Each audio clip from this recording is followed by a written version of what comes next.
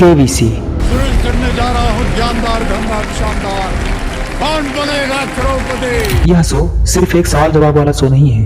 आपकी स्क्रीन के ऊपर ये रहा। इस शो के पीछे ये सब लोग करोड़ों का बिजनेस करते हैं और ये बिजनेस इतना बड़ा है कि सिर्फ केबीसी के नाम पर स्कैम करके लोगों ने करोड़ों रुपए कमा लिए हैं। अमिताभ बच्चन के शो कौन बनेगा करोड़पति के नाम पर लोगों के साथ ठगी करता पकड़ा गया।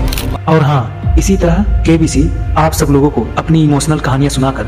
मेरा पापा एक शॉप चलाता है, उससे महीने में 4 से 5 हज़ार ही इनकम होता है। घरों के बाकी कामों के लिए पैसा सब खर्च हो जाता है। मैनिपुलेट करता है और आपको पता भी नहीं चलता।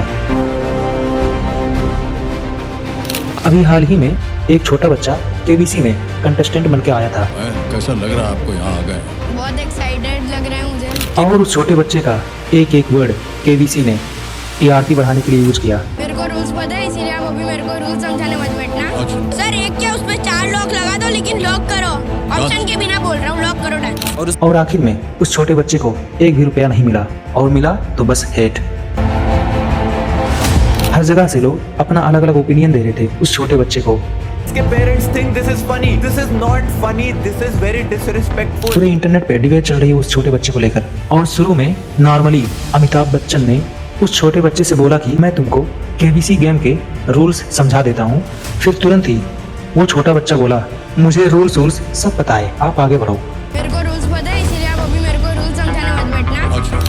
और फिर जब उस छोटे बच्चे से पहला सवाल पूछा गया, पहला प्रश्न 5000 पॉइंट ये रहा आपके सामने। तो उस सवाल का जवाब बहुत ही आसान था, तो तुरंत ही बोल दिया कि मुझे ऑप्शन की जरूरत नहीं है, और फिर तुरंत ही उसका जवाब भी बता दिया। ऑप्शन के बिना बोल रहा हूँ, लॉक करो डायरेक्ट। कर दे।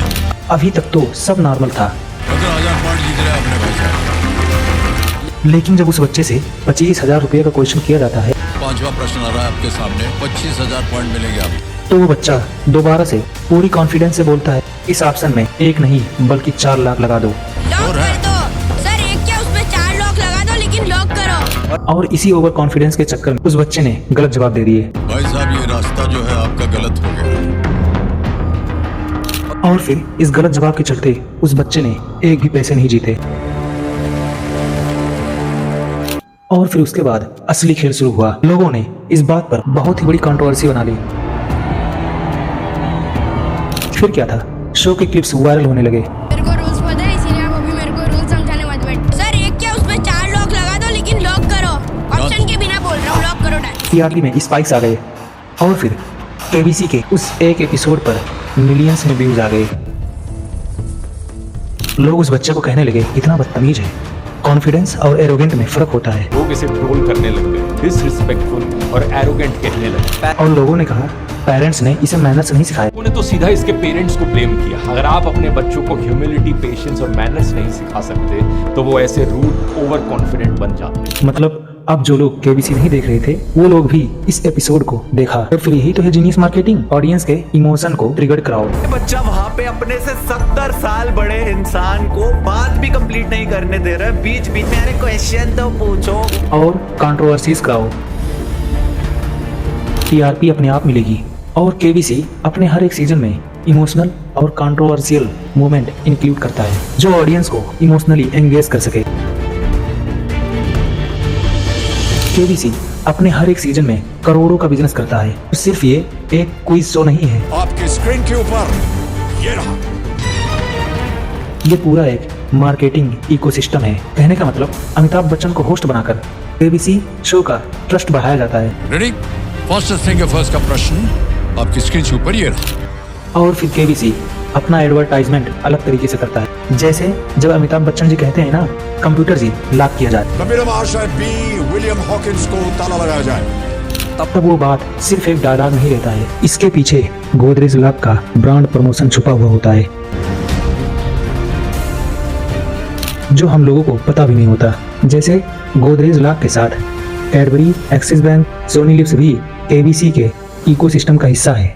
हर लाइन, हर कैमरा एंगल के पीछे मार्केटिंग छुपी हुई होती है।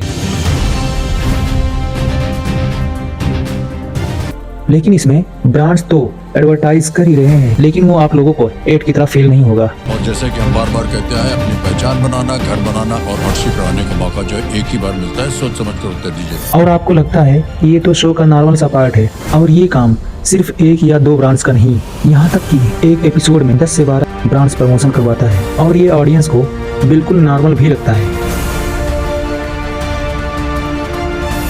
इसका मतलब लोग इंटरटेन भी हो रहे हैं और ब्रांड्स अपना प्रमोशन भी कर रहे हैं, और सिर्फ एक 30 सेकंड के एड के लिए केबीसी 5 से 7 लाख रुपए कमा लेता है। और फिर हम पूरे सीजन को मिलाएं तो केबीसी सिर्फ स्पॉन्सर डील से ही 100 करोड़ से भी ज्यादा की डील्स कर लेता है।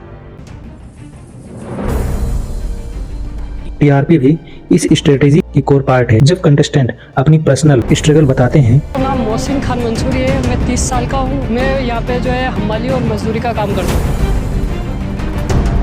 तो ऑडियंस इमोशनली जुड़ती है, टीआरपी भी डबल होने लगती है।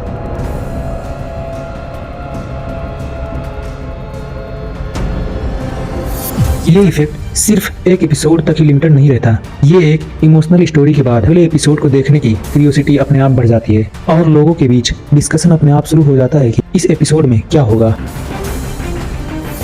और हाँ, यही कारण है कि केबीसी हर सीजन में टीआरपी मेंटेन करता है और अपनी यानी केबीसी की ब्रांड वैल्यू 20 साल से बनाए हुए है। आपकी स्क्रीन के ऊपर जैसे कि हम बार बार आप लोगों को ये लगता होगा कि केबीसी में जो जीतते हैं उनको पूरा पैसे मिलते हैं, लेकिन ऐसा होता नहीं है। असल में केबीसी में जीते हुए पैसों पर लगभग 30% तक टैक्स लगता है। shall be taxed at the rate of 30%. इसका मतलब 1 करोड़ जीतने पर कंटेस्टेंट के अकाउंट में 60 से 70 लाख रुपए ही आते हैं, और बाकी के पैसे सरकार के खाते में चला जाता है।